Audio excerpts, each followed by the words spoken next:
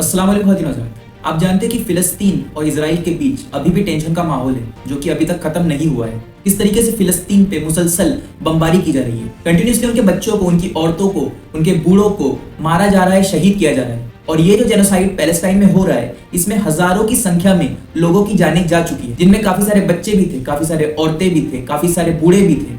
लेकिन अब human rights का कोई नारा नहीं लगाएगा। अब बच्चों के राइट्स क्या है, वुमन राइट्स क्या है, बूढ़ों के राइट्स क्या है, औरतों के राइट्स क्या है, इसके बारे में सब भूल जाएंगे। बड़े से बड़े देश जो इन नारों के पीछे अपने आप को बहुत सोफेस्टिकेटेड बताते हैं, जो अपने आप को बहुत एजुकेटेड बताते हैं, वो बिल्कुल ऐसे हो गए हैं कि जैसे उन्हें किसी बच्चे की मौत से, किसी औरत की मौत से, किसी बूढ़े की मौत से कोई फर्क नहीं पड़ता। आप जानते हैं कि लगभग 2 महीने पहले इजराइल और हमास के बीच एक डील हुई थी, सीज फायर डील, जिसमें तय हुआ था कि हमास हर हफ्ते इजराइल के कुछ हॉस्टेजेस आजाद करेंगे और उसी की तरह इजराइल भी हमास के कुछ हॉस्टेजेस को आजाद करेगा, बल्कि फिलिस्तीन के कुछ हॉस्टेजेस को आजाद करेगा। ये सीज फायर डील के बाद फिलिस्तीनियों को ये उम्मीद जगी थी कि अब उन पे और बमबारी और गोलीबारी नहीं होंगी, लेकिन इजराइल ने अपने एग्रीमेंट को तोड़ दिया और गाजा पे बमबारी करने लगा। इजराइल की मिलिट्री गाजा के हर इलाके में बमबारी कर रहे हैं, औरतों को, बूढ़ों को, बच्चों को, सबको कत्ल कर रहे हैं। और अमेरिका क्या कर रहा है? उनको सपोर्ट कर रहा है। जो सबसे ज्यादा ह्यूमन राइट्स के नारे लगाता है, वही इन जेनोसाइड करने वालों को सपोर्ट कर रहा है, उन्हें पीछे से गन्स प्रोवाइड कर रहा है, बॉम्ब प्रोवाइड कर रहा है, और जो भी उनके मदद की चीजें है वो सब कुछ अमेरिका इजराइल को प्रोवाइड कर रहा है। जब से सीज फायर का एग्रीमेंट इजराइल ने तोड़ा है, तब से इजराइल ने गाजा के, बल्कि पैलेस्टाइन के 1560 बंदों को शहीद कर दिया, जिसमें से सैकड़ों की संख्या में बच्चे थे। जब से ये जेनोसाइड फिलिस्तीन में चालू हुआ, मतलब कि अक्टूबर 2023, तब से लेके अब तक के 50,000 से 51,000 के बीच में लोग मारे जा चुके हैं और 1,16,000 लोग अभी भी घायल है, जख्मी है, अकॉर्डिंग टू लेटेस्ट अपडेट। और घायल भी ऐसे वैसे नहीं, बल्कि काफी सारे लोगों का हाथ ही चला गया, काफी सारे लोगों का पैर चला गया, या फिर जिनके हाथ है, पैर है, लेकिन वो सही से काम नहीं कर पा रहे, तो उनको काट के एम्पुटेशन करके निकालना पड़ा। और उनमें 2-2, 5-5, 10-10 साल के बच्चे भी हैं। इन्हीं सब बातों को मद्देनजर रखते हुए पाकिस्तान के एक बहुत बड़े आलिम और जाने माने आलिम मुफ्ती तकी उस्मानी साहब का एक नया बयान आया है। ये बयान, ये स्पीच इस्लामाबाद में नेशनल पैलेस्टाइन कॉन्फ्रेंस में मुफ्ती साहब ने दी, जिसमें कि मुफ्ती तकी उस्मानी साहब बताते हैं कि जिहाद अब उम्मत मुस्लिमा पर फर्ज हो चुका है। आलम इस्लाम और उसकी हुकूमतें तमाशाई बनी हुई हैं, मजम्मती बयानात जारी कर रही हैं। अब सिर्फ ज़बानी मजम्मतों से हम अपने जिम्मेदारी से ओहदा बरा नहीं हो सकते। सारी इस्लामी हुकूमतों पर जिहाद फर्ज हो चुका है।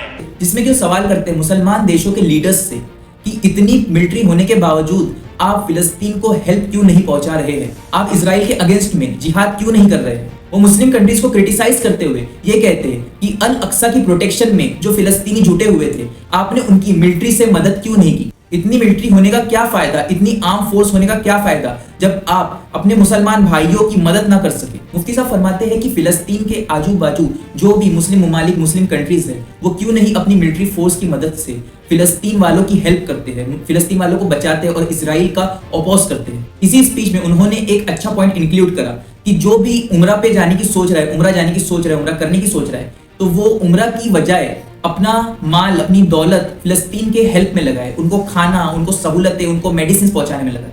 इसी कॉन्फ्रेंस में मुफ्ती तकी उस्मानी साहब पाकिस्तान के फर्स्ट लीडर मोहम्मद अली जिन्ना, जिन्हें कायदे आजम भी कहा जाता है, उनका रेफरेंस देते हुए ये कहते हैं कि उन्होंने कहा था कि इजराइल एक इलेजिटिमेट स्टेट है, मतलब एक नाजायज बच्चा है, नाजायज स्टेट है, और चाहे इजराइल कितना ही ताकतवर हो जाए और उसे कितना ही सपोर्ट कोई क्यों ना कर दे, वो अपने इस नजरिए को बिल्कुल भी चेंज नहीं करने वाले।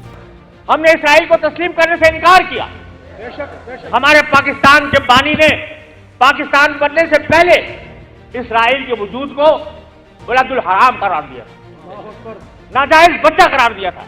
अब ये स्पीच तो काफी जबरदस्त है, लेकिन वो लोग जो कि बॉर्डर पे नहीं जा सकते जिहाद करने के लिए अपनी आर्म फोर्सेस के साथ, तो वो जिहाद कैसे करेंगे। अब जो लोग मिलिट्री फोर्स बना के नहीं जा सकते, बॉर्डर पे नहीं जा सकते लड़ने के लिए, तो लड़ने के अलावा वो जिहाद कैसे कर सकते हैं। वो जिहाद ऐसे कर सकते हैं कि उन्हें डोनेट करना पड़ेगा कुछ ना कुछ अमाउंट फिलिस्तीन वालों के सपोर्ट में, ताकि उन्हें 2 वक्त की रोटी मिल सके, उन्हें मेडिसिन मिल सके और वो जल्दी से जल्दी रिकवर करे। साथ ही उन्होंने कहा कि इजरायली जो भी प्रोडक्ट्स है या जो भी कंपनीज है, उनका पूरी भरपूर तरीके से बॉयकॉट होना चाहिए, और बल्कि जो इजराइल को सपोर्ट कर रहे हैं, जैसे कि अमेरिका और जो भी देश इजराइल को सपोर्ट कर रहे हैं, उन कंपनीज का भी बॉयकॉट किया जाना चाहिए और उन प्रोडक्ट्स का भी बॉयकॉट किया जाना चाहिए। और जब मुफ्ती साहब ने कहा कि बॉयकॉट करो उन चीजों का, उन प्रोडक्ट्स का जो कि इजरायली है, इस बात को हमें बहुत अच्छे से समझना चाहिए, क्योंकि उसी बयान में साथ ही साथ उन्होंने कहा कि वो किसी भी शिद्दत पसंदी को पसंद नहीं करते और साथ ही साथ इस्लाम भी किसी शिद्दत पसंदी को पसंद नहीं करता। तो अगर आप कहीं भी कोई ऐसा प्रोडक्ट देखें जो कि इजरायली प्रोडक्ट है या फिर इसराइल को सपोर्ट जो कर रहे हैं उनका प्रोडक्ट है या उनकी कंपनी है, तो वहां पे पत्थरबाजी, फोड़ फाड़, डंडे मारना, ये सब बिल्कुल भी ना करें, बल्कि उन्हें प्यार से समझाया जाए कि ये वो प्रोडक्ट है जिनके वजह से हमारे फिलिस्तीनी भाई बहन बूढ़े बच्चे शहीद हो रहे हैं। तो लिहाजा ये आप यूज ना करें, इन्हें अपनी दुकानों में ना बेचें, उनका बॉयकॉट करें। और आज भी हम फिलिस्तीन के बारे में इतना सोचते हैं, इतना बोलते हैं, इतना पूछते हैं, लेकिन जब हम अपनी आसपास की कोई दुकानों में जाते हैं, जब हम देखते हैं वहां पे, तो हमें वही इजरायली प्रोडक्ट और वही अमेरिकन प्रोडक्ट्स दिखते हैं और हम उन्हें ही यूज कर रहे हैं। याद रखिए कि जो चीजें हम 5, 10, 15 ऐसी कम रकम सोच के खरीद लेते हैं, यही पैसों के जरिए से वो लोग आज हमारे बूढ़े बच्चे, जवान, औरतों को सबको शहीद कर रहे हैं। उन्हीं पैसों की मदद से, उन्हीं रुपयों की मदद से फिलिस्तीन में बमबारी की जा रही है, गोलीबारी की जा रही है। इजराइल के पीछे अमेरिका खड़ा हुआ है, जो कि अब सारे ह्यूमन राइट्स, वुमन राइट्स सब भूल चुका है और वो अपनी मनमर्जी कर रहा है। अपने पावर में आके वो अपने पावर के नशे में खोकर अपनी मनमर्जी कर रहा है। और हम क्या कर रहे हैं? हम हर कोई तो असलहा उठा के जिहाद करने बॉर्डर पे नहीं जा सकते, तो हमें वही करना पड़ेगा जो हम घर बैठे कर सकते हैं। ज्यादा से ज्यादा बॉयकॉट करो इजराइल प्रोडक्ट्स का, अमेरिकन प्रोडक्ट्स का, और ज्यादा से ज्यादा फिलिस्तीनियों को, गाजा वालों को डोनेशन करो और ज्यादा से ज्यादा दुआ कीजिए अपने फिलिस्तीनी भाई बहनों, औरतों, बूढ़ों के लिए। आज अमेरिका समझ रहा है कि उसके पास इतनी पावर है तो वो जो चाहे कर सकता है दुनिया में, जिसकी चाहे मदद करे, जिसकी चाहे मदद ना करे, जिसे चाहे मारे, जिसे चाहे बचाए। लेकिन अमेरिका को ये नहीं पता कि टाइम बदलते हुए देर नहीं लगती।